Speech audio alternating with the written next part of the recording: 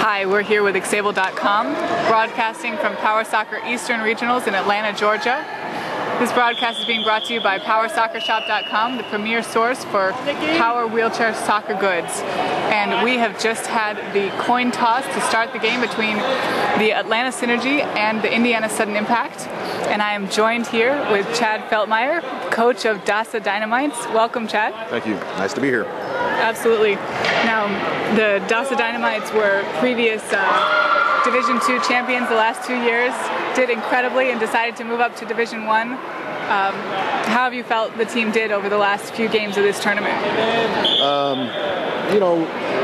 We knew coming into this division that it was going to be a tough challenge for any of our players, and I think overall I would say we played very well.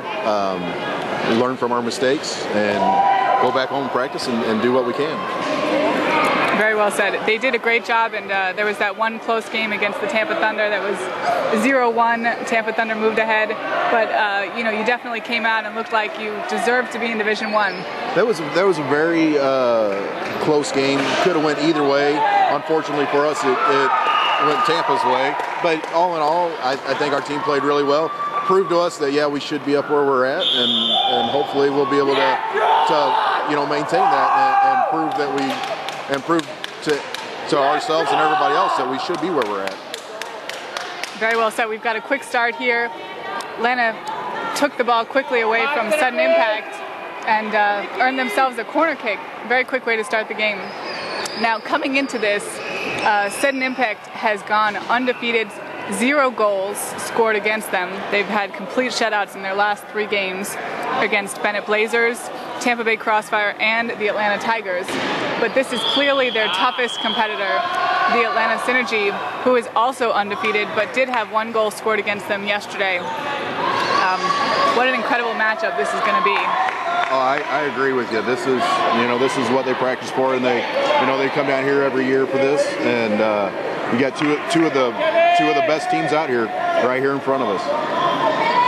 Now, right now we have Antonio taking the kick over to Taiwan. Taiwan's going to try and dribble it, but Jordan takes a quick hit and it's out of bounds. Atlanta ball. Now let's go over the teams a little bit here. Atlanta Synergy, we have Taiwan Britton, excellent player, been playing for several years with Atlanta Synergy and played in Atlanta even prior to that, so he's got quite a bit of experience. We also have Eric Dornan. Eric's a little bit forward on the court. He plays wing. He's number 32. Also starting is Antonio Hernandez. You'll see Antonio in the center. Great new player. It's his second season playing with the Atlanta Synergy, and he's really stepped up his game. It'll be exciting to see how he plays. Yeah. And finally in goal is Jake Schleitweiler. Incredible goalie, really has done a great job keeping these last few games nearly scoreless. And we have an early substitution.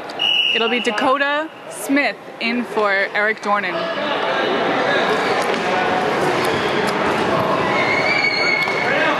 Now, one of the things that's really interesting about both of these teams is they have co-ed players. Your team also co-ed. How do you find that works with the dynamic of the teams? I don't necessarily. I wouldn't necessarily say that the co-ed has got anything to do with it. It's all about their mentality. As long as it's there, a lot of the guys think the girls can't do it, can't cut it. But I got to tell you, Dakota is proof that's totally wrong. Dakota being on the USA team, very, very valuable player to this team. Keep it up, John! Good job. JC gets an early breakaway, trying to weave through 2 Atlanta players. That orange really stands out among the blue. Taiwan with a short pass over to Dakota. It's a quick rebound around, and it looks like it'll be Taiwan and Jordan battling on the sideline. He's going to try and strip it back to JC, but Antonio sneaks in. Nice steal, nice steal.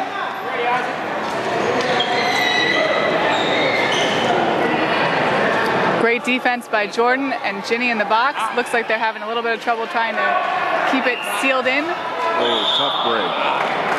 And we have a loose part on the field. Looks like Jordan lost a fender. Is a fender an important part of the wheelchair? I don't think so at this point in time. Looks like there might be a few other players that don't have fenders on their tires. Looks like he'll keep playing, no issues. I don't think it'll impair his playing abilities. It was a nice pop out by goalie and comes right back. So it'll be a sudden impact ball, but they're a little bit deep in their end zone. We'll see how they can clear it out. Yes, you know, every team has their own methods and their own plays, but you know, and like I said, that's what they practice for, and I know these guys practice a lot, and it shows.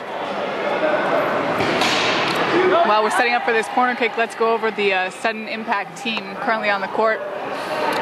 We have Jordan Dickey. He's number 3. He's streaking down next to Antonio with the ball. Great young up-and-coming player. Yes, I agree.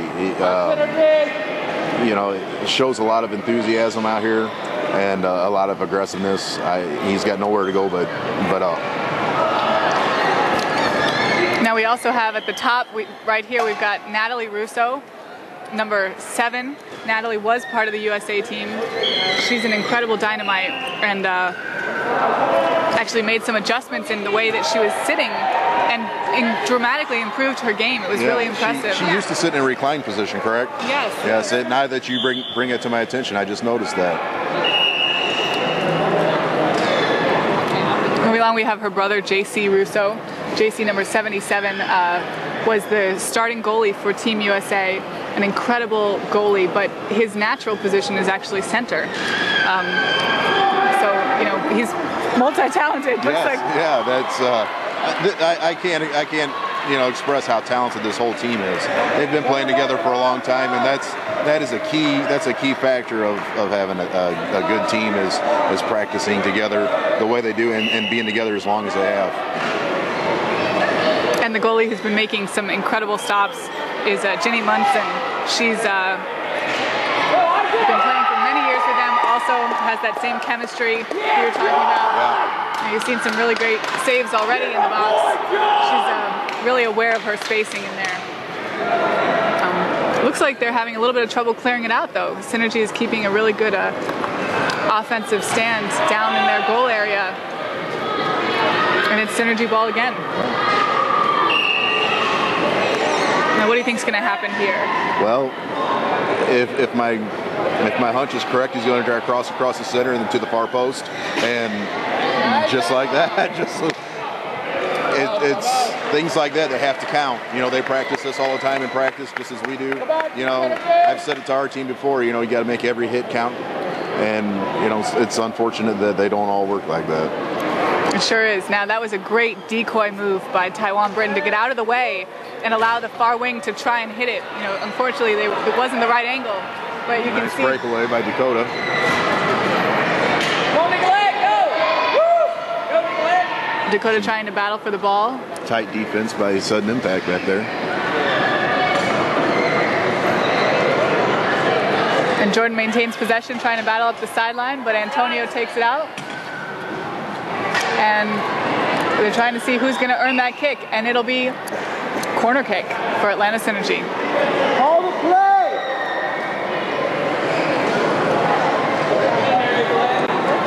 Ginny and JC are setting up the wall of the goal, and the ball sends across. It goes through the gap. Are they able to keep it out? And that's the goal. 2-on-1 call. No, 2-on-1? Good eyes.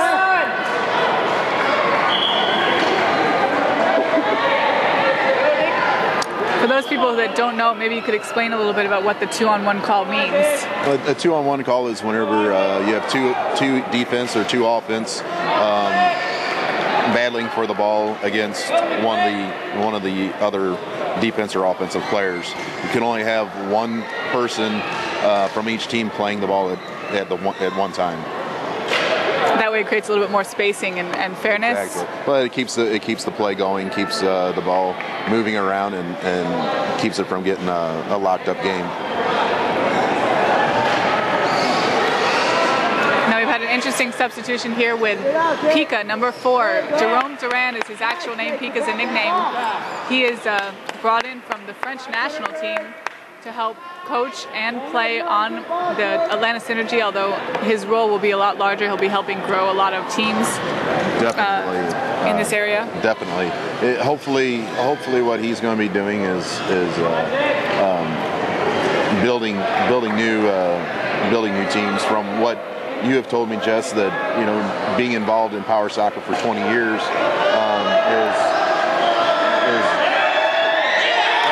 incredible goal. Great teamwork by Jordan to pass it over to JC, get right behind Jake, who was stuck alone in the box. Nobody else could get over there. And just like that, Sudden Impact goes up 1-0. Very nice. Nobody in the box. Come on, guys.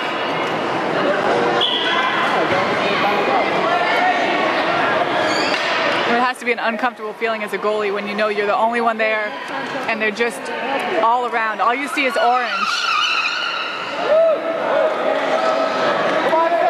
I can only agree with you. I've never been in that position, but I can only agree. Me either. I guess we'll have to ask a goalie. Yeah.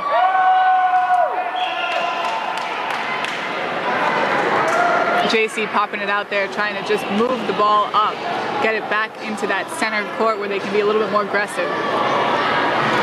You certainly don't want to lose your momentum on after a goal like that. No, you want to stay focused, and it's easily done. But as long as you stay focused, they're still in this game. It's early in the game, 1-0. It's not. They got plenty of time to come back. Katie Dickey working her way around, trying to battle with Pika. This is going to be a great matchup. Both great ball handlers and passers. They've got the tremendous kicks. Let's see who wins it out. Looks like Katie makes a little bit of forward progress, but just like that, it's back to JC and Katie moving forward, and it'll be Sudden Impact ball. Now Katie Dickey is the older sister of Jordan Dickey, also an incredible player. Some have said that she's Team USA quality. I think we'll see in this game. She really knows how to play. I agree with you. I think you'll see that she's got just as much talent as any of the other players out here. Like you said, we've played her several times, and I do agree with you that definitely USA material. Now it's Sudden Impact's ball, but it's deep in their own defensive area. We're going to see what type of strategy they'll do to get this ball out. And it looks like it's a bad kick down the sideline, and it is Atlanta Synergy ball.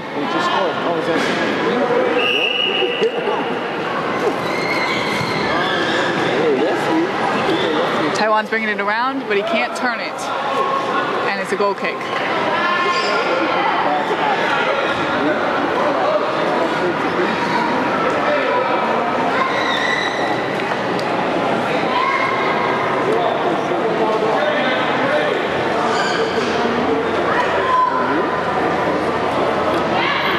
Let's do it again. Another goal kick. Another goal kick.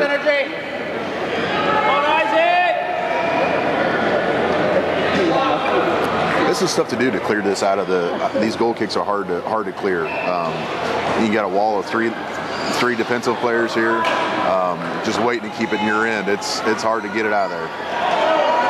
And it looks like they just showed how to do a clear. Yeah, and they did very well. Great passing. Tricked Atlanta a little bit into committing to one side and then spun it around through the gap. But they didn't quite earn the possession that they maybe wanted to move it down court. Let's see what they can do here.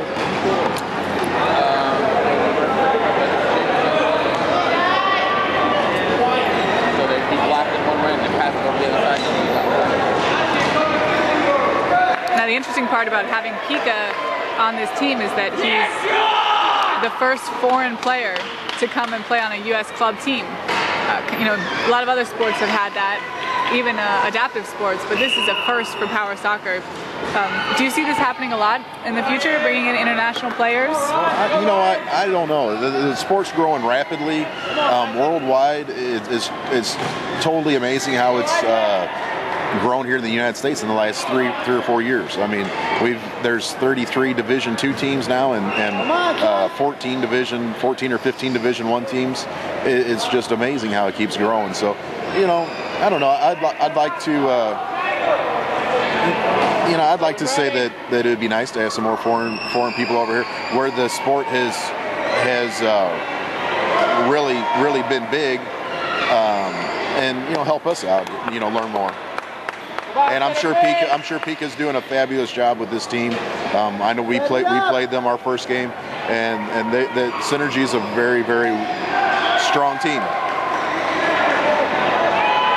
Just like that, it's a goal. Perfectly executed corner kick. Exactly. Across. That's what they play for. That's what they practice for. That's one of those kicks that make every kick count, and it worked. It's really important to have those strong kicks coming across. So you saw how Pika kicked it all the way across the goal area, really got it past all of the Synergy players that were trying to defend it.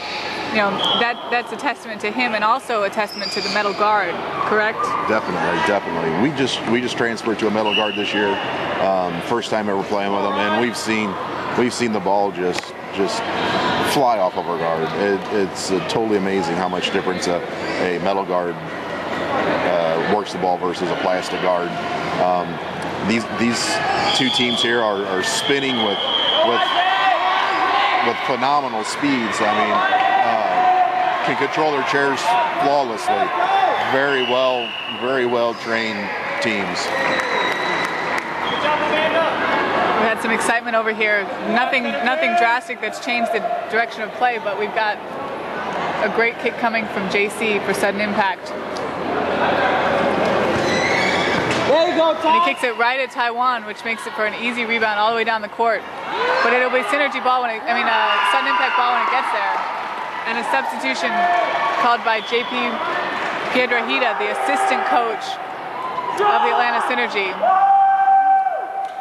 And Dakota's coming off. Antonio will go on. So Dakota with 1 goal under her belt. We'll see what Antonio can do to change the momentum. Katie brings it across but loses it to Pika. JC's there butting it and they move forward. JC's got a breakaway, but Pika's right on top. He's ready to battle with him. The two of them going back and forth. Advantage, the call by the referee. Come on, John. Nice kick by Taiwan, spinning it around. He tries to bring it across the goal area to pop it to Pika, but there's no room. Katie's there, and the ball's out. But the wall of Atlanta continues to go as Antonio comes on the sideline, battling against Katie. Can Katie get it past? Pika moving up to get the next level of defense, and the referee is unsure which ball. It's going to be a jump ball, set ball. Set ball. That was an important advantage call that head ref Chris Mulholland made there, making sure that even though JC had gotten in the way of one of the Atlanta players, they still had clear possession and were trying to make forward progress to the goal. Definitely it's important when there's advantage, yes, not to get in the way of a goal scoring opportunity. Exactly, I agree with you. These refs are doing the best they can out here. That's hard to do. It's hard to make all the calls that they make. I know you can stand to test to that. They're doing the best they can, and they're doing a very good job so far. Get in. There we go. So now with the score tied 1-1, we can see that Atlanta has continued to push. They're really using that momentum from that 1 goal. Antonio with a big kick coming across, and JC with a nice clear. Nice block. That's what he's there for, is to as a defensive players to dart out after that ball and knock it back out of play. And he earns the goal kick for doing that. Let's see how they can clear it. He'll be getting to Jordan this time. Jordan doesn't quite make the pass, and Pika steps right in. Taiwan battling with JC. Ball called out. They're letting it play. Back in the goal area, Taiwan's trying to push it in. Katie and Ginny making a great defense. Pika's going to try and pass it across, but Katie's right there with him, trying to battle across. Antonio's there, passed it across, but Ginny's got the corner. Taiwan's coming across again. They still have control. Katie trying to make it away. All right. And There we go. JC with the direct outside the box. Quick. That was a quick setup and Pass it up. pass and shot. Just didn't execute the way they planned. JC was going towards the goal, didn't even see the ball, Yes. and Yeah, just I spun agree. really lucky.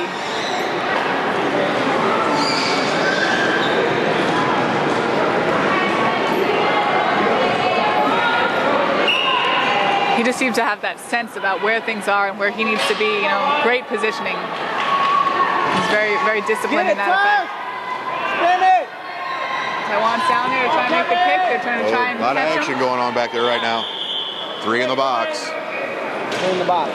Yeah. 3 in the box is a mistake that usually happens when you start to get a little overwhelmed, you know? Everybody wants to make that save, and Everybody wants to squeeze in there and be part of that play. and now it's about executing set plays. Can Atlanta do it? We'll see from Pika. It's a pass across. Oh, that was pretty. That was sweet. They had it set up, but just missed that crossing pass. They definitely have practiced that set play, I'm sure, hundreds of times. Hundreds of times. They don't always work, but when they do work, they're sweet to watch. The one thing that Atlanta is good at is trying to capitalize on those. You'll see a lot of set plays coming from them. I'm sure we'll see it again. Coach, 5 minutes is okay? 5 minute half? That's fine? Okay. Go, Kevin. Another goal kick. We'll see what Katie can do with this one. Going against Pika, she loses it, but JC's there trying to bring it up. JC's going to try and battle Antonio now. Passes it, gets a little bit of room, and it's a nice breakaway with the ball. Not really able to go too far. Go, Kevin. And there we are at half. Good tight half. 1-to-1. Good action. Fast play. Can't ask for any closer game than this.